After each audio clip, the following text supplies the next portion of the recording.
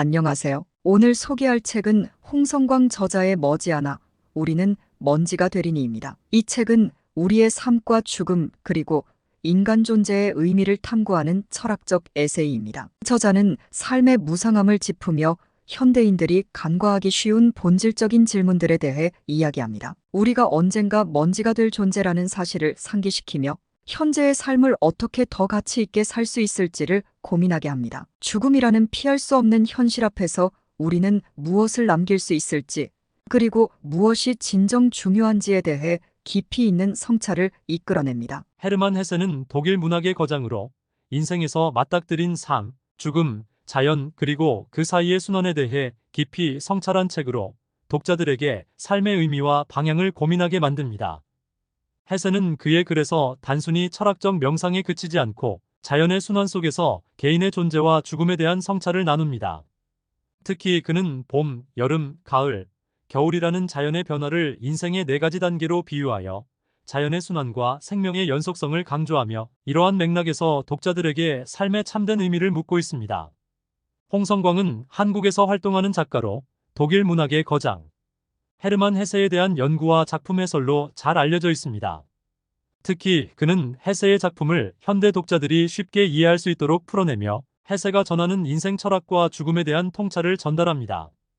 이러한 헤세의 사유를 바탕으로 삶과 죽음의 의미를 조명한 책으로 자연과 인간의 생애 주기에 대한 헤세의 깊은 철학적 사유를 담고 있습니다.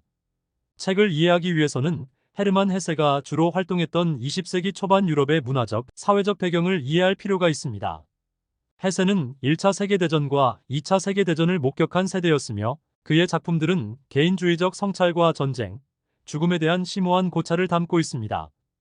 또한 불교와 도교 같은 동양 철학에 깊이 영향을 받았으며 자연과 인간, 그리고 죽음의 조화를 중요하게 생각했습니다.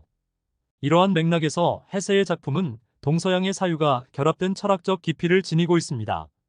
책에서 삶과 죽음의 필연성을 강조하며 모든 생명은 자연의 순환 속에서 태어나고 죽음을 맞이한다고 설명합니다.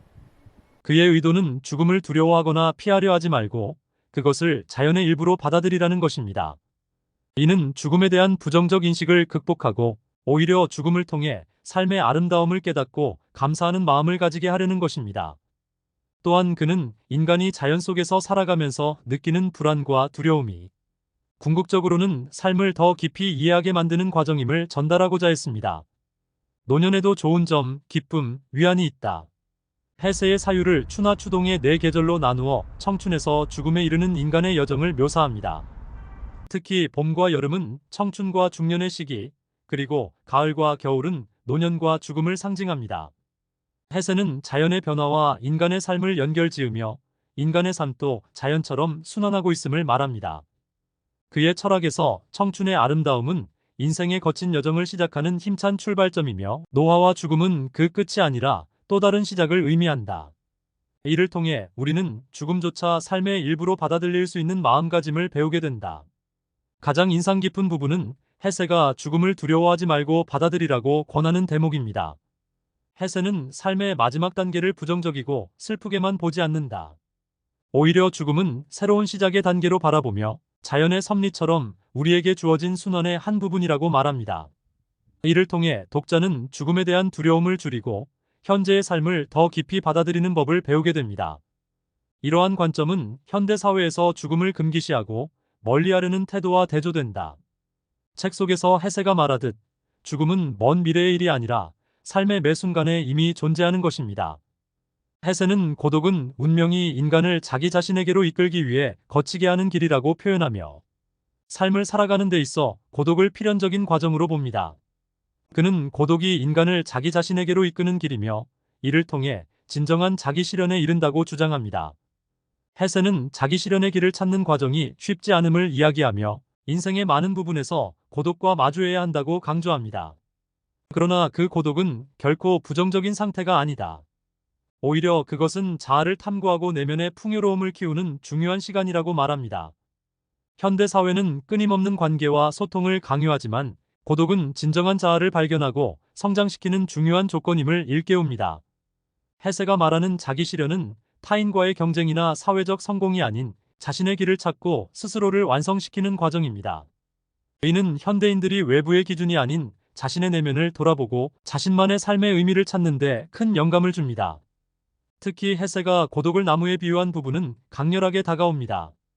그는 나무가 위대한 고독의 상징이라 말하며 현실을 벗어나기 위한 은둔자가 아니라 현실에 깊이 뿌리내리며 자신만의 방식으로 세상과 소통하는 존재라고 설명합니다. 이러한 고독은 우리가 세상과 단절된 것이 아니라 오히려 세상과의 더 깊은 연대를 가능하게 한다는 점에서 매우 인상적입니다. 머지않아 우리는 먼지가 되리니. 책의 제목에서처럼 이 표현은 헤세가 자연의 순리를 깊이 깨닫고 결국 우리는 모두 자연으로 돌아간다는 사실을 수용하는 철학을 담고 있습니다. 죽음을 두려워하지 않고 삶의 덧없음을 인정하면서도 그 안에서 의미를 찾으라고 권합니다. 죽음은 비극적인 것이 아니며 자연의 순리로 받아들여야 할 현상이라는 그의 철학은 우리가 죽음을 두려워하지 않게 만듭니다. 특히 책의 겨울 부분에서 헤세는 죽음을 두려워하는 대신 삶을 관조하고 그 안에서 새로운 창조의 빛을 찾으라고 말합니다. 그는 죽음이 끝이 아니라 또 다른 창조적 출발이라고 보며 죽음 이후에도 우리 삶의 의미는 계속 이어질 것이라고 확신합니다. 이를 통해 독자들은 삶과 죽음의 경계를 넘어서 삶 자체를 더욱 긍정적이고 풍요롭게 바라보는 시각을 얻게 됩니다. 우리가 부딪히는 문제들은 해결되기 위해 있는 것이 아니라 견디고 체험하기 위해 존재하는지도 모른다. 헤세는 우리에게 삶을 어떻게 살아야 할지를 묻기보다는 삶을 어떻게 받아들이고 마주할 것인가를 고민하게 합니다. 그는 삶의 고통과 문제들이 해결을 요구하는 것이 아니라 견디고 체험해야 할 대상임을 인식시켜줍니다. 이러한 견해를 통해 인생의 무수한 문제들에 대해 새로운 시각을 제시하며 우리는 그 문제들을 해결하려 애쓰기보다는 고통과 함께 살아가는 법을 배워야 한다고 가르칩니다. 머지않아 바람이 불어오고 머지않아 죽음이 다가와 수확하리라. 머지않아 회색 유령이 와서 웃으면 우리 심장은 얼어붙고 정원도 그 화사함을 생명도 그 빛을 잃으리라. 함께 노래하며 즐거워하자. 머지않아 우리는 먼지가 되리니. 헤르만 헤세, 가을. 헤르만 헤세가 이야기하는 삶과 죽음, 그 특별하고 눈부신 지혜. 헤세는 우리나라뿐만 아니라 전 세계적으로 잘 알려진 작가다. 그의 인기는 과거에 한정되지 않고 현재까지도 꾸준히 독자의 사랑을 받고 있는데 그 이유는 헤세가 글에서 주는 인생의 교훈과 감성 때문일 것이다. 그는 자연, 계절과 계절의 변화, 나이들, 늙어감과 죽음에 무척 관심이 많은 작가였다. 두통, 불면증, 우울증과 삶의 무의미에 시달리며 자살을 꿈꾸고 실행했지만 끝내 이 모든 걸 이겨내고 친구들보다 오래 85세까지 장수할 수 있었다. 과학적으로 보면 삶에는 의미가 없다고 주장하는 사람도 있지만 헤세는 삶 자체에 의미를 두고 자신의 인생과 운명을 사랑하기로 한다. 이 책은 자연의 순환을 중시하는 헤세의 자연관에 따라 추나추동사부로 구성하였다. 헤세는 시와 산문에서 봄, 여름, 가을, 겨울이라는 시간을 청춘, 중년, 노년, 죽음이라는 삶의 단계와 연결되어 묘사하는데 시, 소설, 동화를 비롯하여 에세이, 편지, 전기 등을 통해 그의 전체 모습을 보여준다. 우리는 누구나 늙고 죽어 머지않아 먼지가 된다. 그러나 자연의 순환에 의한 재탄생의 희망이 완전히 사라진 것은 아니다. 헤세는 사망했지만 그를 아끼고 기리는 많은 독자에 의해 거듭 다시 태어나 영원히 부활하고 있다. 목차. 머리말. 1. 봄, 삶의 거친 강물을 바라보기. 청춘은 아름다워다이 JUGNDISTSCHN. 헤세의 봄, 봄의 소리에 귀 기울여라. 청춘은 아름다워. 소소한 기쁨을 누리기. 무위의 기술. 누구나 다 혼자다. 아이들은 모두 시인이다. 고집이 꼭 나쁜 것일까? 자연을 향유하라. 너 자신을 알라. 내면을 풍요롭게 하라. 2. 여름, 삶의 파도에 뛰어들기. 너 자신의 길을 가라. 헤세의 여름, 어른이 아이가 되고 삶이 다시 기적이 되는 계절. 늙어가는 중에 평화는 전쟁보다 고귀하다. 헤세는 정치적인가? 괴테에게로 가는 길. 헤세와 토마스 만의 우정. 우정은 삶의 활력이다. 너 자신의 길을 가라. 뭔가를 사랑할 수 있다는 건 구원이다. 획일화에 저항하라. 예술은 영혼의 언어이다. 3. 가을, 삶을 관조하기. 자기 실현의 길. 헤세의 가을, 더 높은 삶으로 들어가는 계절. 노화. 의미 있는 삶을 살아라. 책은 자신에게 돌아가는 길을 알려준다. 이를 통한 자기 실현이 가능한가? 매사에 일비일이하지 마라. 사소한 일을 진지하게 생각하라. 방파심은 삶을 변화시키지 못한다. 세상의 고통을 함께 느껴라. 자기 실현의 길. 행복에 이르는 길. 쇼펜하우어의 행복론. 4. 겨울, 삶에서 벗어나기. 죽어서 되어라. 헤세의 겨울, 삶이 또다시 창조의 광채로 빛나는 시기. 신으로 가는 자기 형성의 길. 늙는다는 것에는 나름의 고유한 가치가 있다. 50살의 나이. 시대의 두 가지 중병. 안주하지 말고 늘 새로 시작하라. 물은 낮은 곳으로 흐른다. 노년에 대한 단상. 죽음에 대한 단상. 죽음을 두려워하지 말라. 죽어서 되어라. 머지않아 우리는 먼지가 되리니. 이제 책 속으로 들어갑니다. 이처럼 헤세는 자신의 주인이 되고자 한다.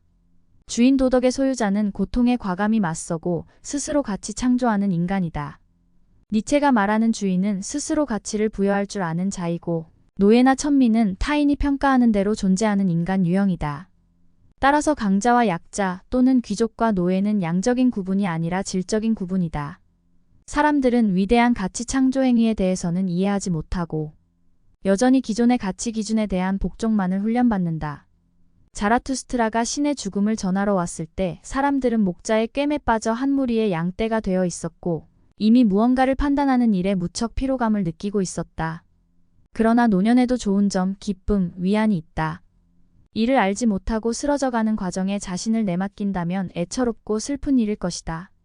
노인들은 악화하는 관절염이나 계단을 오를 때 숨이 가빠지는 것을 얘기할 것이 아니라 고통과 분노, 좌절보다는 기쁨과 위안이 되는 경험을 나누어야 한다.